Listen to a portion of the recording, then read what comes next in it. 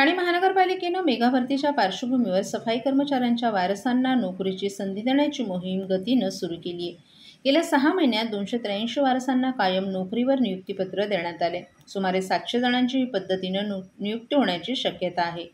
यामध्ये मयत, सेवानिवृत्त किंवा सेवानिवृत्ती घेतलेल्या कर्मचाऱ्यांच्या मुलं, मुली, पत्नी अथवा पतींचा समावेश आहे. विशेष म्हणजे हक्काच्या या नोकरीसाठी वारसांना आता पालिका मुख्यालय गाठण्याची गरज भासणार नाही. प्रभागनिहाय विनंती अर्ज करण्याची सुविधा करण्यात आली आहे. ठाणे महापालिकेतील जे सफाई कर्मचारी सेवानिवृत्त, मयत किंवा ज्यांनी सेवानिवृत्ती घेतली आहे अशा कर्मचाऱ्यांच्या वारसांना लाडपागे समितीच्या शिफारशीनुसार वारसा हक्क लागू होतो. त्या अंतर्गत ठाणे महापालिकेतही वारसा हक्क देण्याबाबत फेब्रुवारी 2024च्या शासन निर्णयानुसार तरतूद केली होती. परंतु शासन निर्णयाला न्यायालयात आव्हान देण्यात आलं. यावर सुनावणी देताना जानेवारीमध्ये न्यायालयानं ही स्थगिती उठवली. परिणामी सामाजिक न्याय आणि वित्त मंत्रालयानं सर्व सफाई कर्मचाऱ्यांच्या वारसांना नियुक्ती देण्याचे आदेश दिले होते.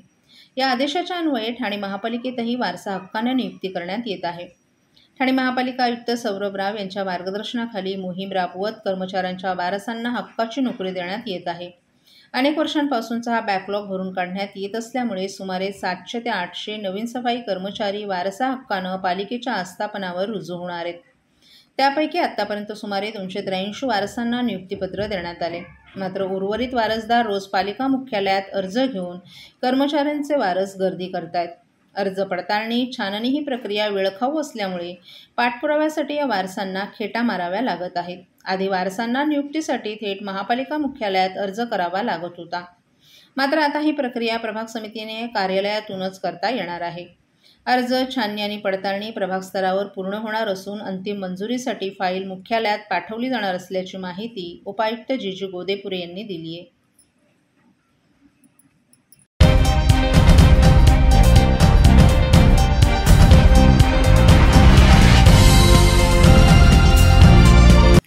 शहरात गेल्या 2 दिवसांपासून पावसानं हजेरी लावली. शनिवार आणि रविवार संततधार पाऊस होता. परंतु आज सकाळपासून ठाणे शहरात मुसळधार पाऊस कोसळतोय. या पावसामुळे नागरिकांचे हाल झाले. तर पावसामुळे घोडबंदर भागातील गायमुख परिसरात पाणी साचलं. त्यामुळे या मार्गावरील वाहतूक संथ गतीनं सुरू आहे. याचा परिणाम घोडबंदरसह ठाणे शहरातील इतर मार्गांवर झाला असून वाहतुकीची कोंडी झाली आहे. गेले अनेक दिवस दडी मारून बसलेल्या पावसानं शनिवारी ठाणे शहरात हजेरी लावली. भारतीय हवामान खात्यानं 15 ऑगस्ट ते 20 ऑगस्ट दरम्यान ठाणे जिल्ह्यात पाऊस पडणार असा अंदाज वर्तवला होता. त्यानुसार 15 ऑगस्ट म्हणजे शनिवारी सकाळपासूनच ठाणे शहरात मुसळधार पावसानं हजेरी लावली. शनिवारी सकाळी 11 नंतर पाऊस कमी झाला असला तरी पावसाची रिपरिप मात्र सुरूच होती. परंतु सायंकाळी 7 नंतर या पावसानं पुन्हा जोर धरला.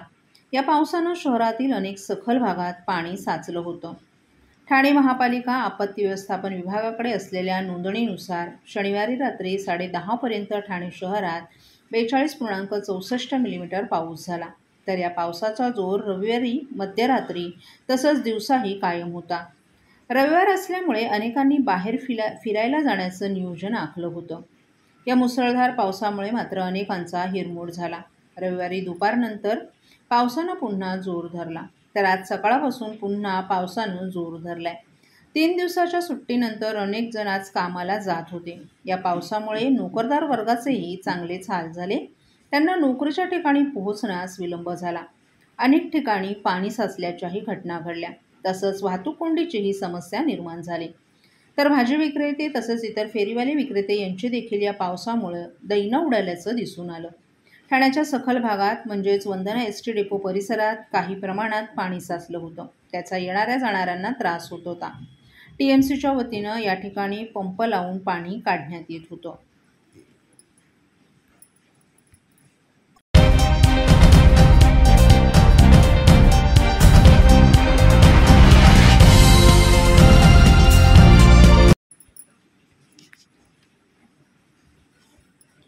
उपमुख्यमंत्री एकनाथ शिंदेंना लॉटरी लागली त्याचा आनंद आहे, परंतु कमावलेलं टिकवता आलं पाहिजे असं वक्तव्य भाजपचे नेते वनमंत्री गणेश नाईक यांनी केलं होतं.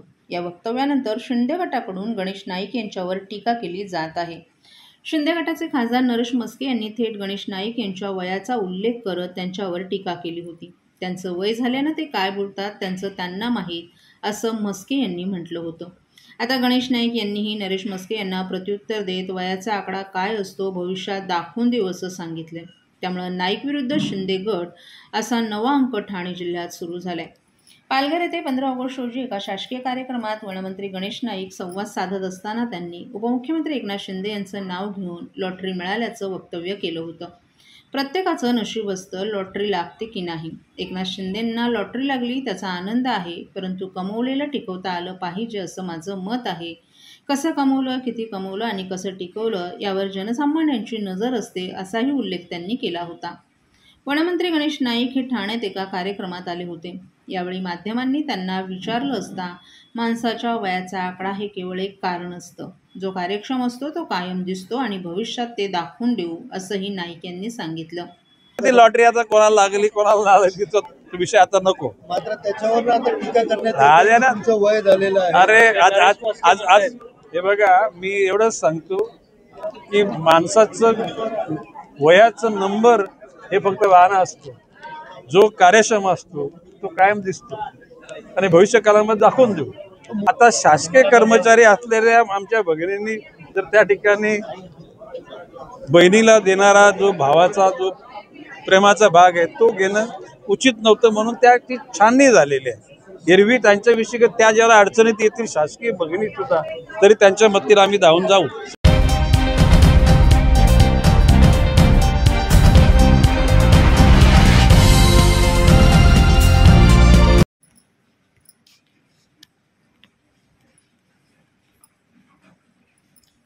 ठाणे जिल्ह्यातील महापालिका, नगरपालिकांच्या शहरांसह सर्व कारखान्यांना पाणीपुरवठा करणारं बारवी धरण शनिवारी 16 ऑगस्ट रोजी दुपारी 3:25 दहीहंडीच्या मुहूर्तावर 100% भरले. त्यामुळे आता ठाणे जिल्ह्यातील नागरिकांची पिण्याची चिंता मिटली आहे. बारवी धरणाचं एकाच वेळी 7 स्वयंचलित दरवाजे उघडले गेले आहेत. त्यातून प्रारंभी सेकंदाला 4 क्युसेस पाण्याचा विसर्ग नदीपात्रात सोडण्यात आलाय. त्यामुळे बारवी नदी काठावरील गावांना सतर्कतेचा इशारा प्रशासनाकडून देण्यात आलाय. जिल्ह्यातील अंबरनाथ तालुक्याच्या बदलापूर शहराजवळ असलेलं बारवी धरण गेल्या वर्षी 9 ऑगस्ट रोजी भरलं होतं. यंदा पावसाचा जोर कायम असूनही भरण्यासाठी 7 दिवस उशीर झाला. मात्र यावर्षी धरण भरण्याला योगायोगानं दहीहंडीचा मुहूर्त साधता आला. धरणात आता 339.20 दशलक्ष घनमीटर पाणीसाठा होऊन 72.60 मीटर पाणी पातळीत धरण 100% भरलं आहे. यासाठी धरण परिसरात पडलेल्या गावात पावसासह कान्होळ, ठाकूरवाडी, पाटगावला आणि खनविरे या पाणलोट क्षेत्रातील पावसाचं पाणी येऊन धरण भरले. MIDCच्या मालकीचं असलेलं बारवी धरण भरल्यामुळे आता ठाणे महापालिकेच्या कळवा, मुंब्रा परिसरासह कल्याण डोंबिवली महापालिकेच्या बहुतांश शहरी भाग, डोंबिवली MIDC, उल्हासनगर, भिवंडी, मीरा भाईंदर या महापालिकांसह जिल्ह्यातील सर्व MIDCमधील कारखान्यांना पाणीपुरवठ्याची समस्या आता मिटली आहे.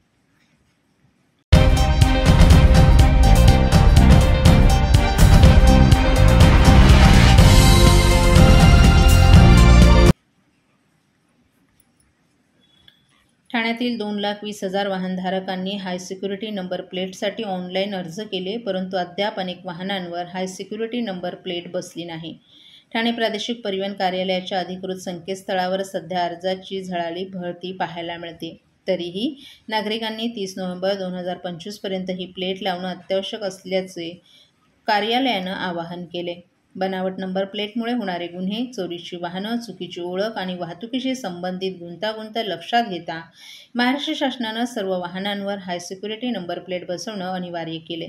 याची अंमलबजावणी करण्यासाठी 4 डिसेंबर रोजी आदेश जारी केला, ज्या अंतर्गत 1 एप्रिल 2019 पूर्वी नोंदणीकृत वाहनधारकांना नवीन नंबर प्लेट बसवणं आवश्यक आहे. प्रादेशिक परिवहन अधिकारी हेमांगिनी पाटील यांच्या मार्गदर्शनाखाली या मोहिमेला गती मिळाली असून आत्तापर्यंत 2,20,000 ऑनलाईन अर्ज प्राप्त झाले. त्यापैकी 1,97,000 वाहनधारकांना अपॉइंटमेंट देण्यात आले असून सुमारे 1,42,000 वाहनधारकांनी यशस्वीरित्या हाय सिक्युरिटी नंबर प्लेट बसवले, अशी माहिती उपप्रादेशिक परिवहन अधिकारी रोहित काटकर यांनी दिली आहे.